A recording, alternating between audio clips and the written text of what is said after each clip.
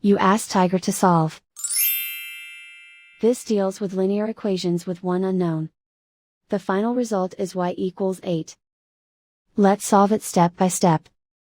Division by 1. A variable's value does not change when it is divided by 1, so we can eliminate it. Swap sides.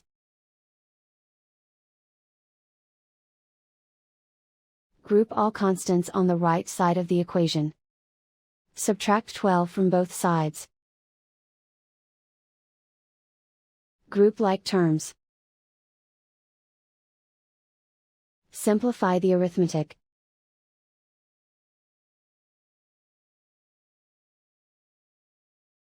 Isolate the y.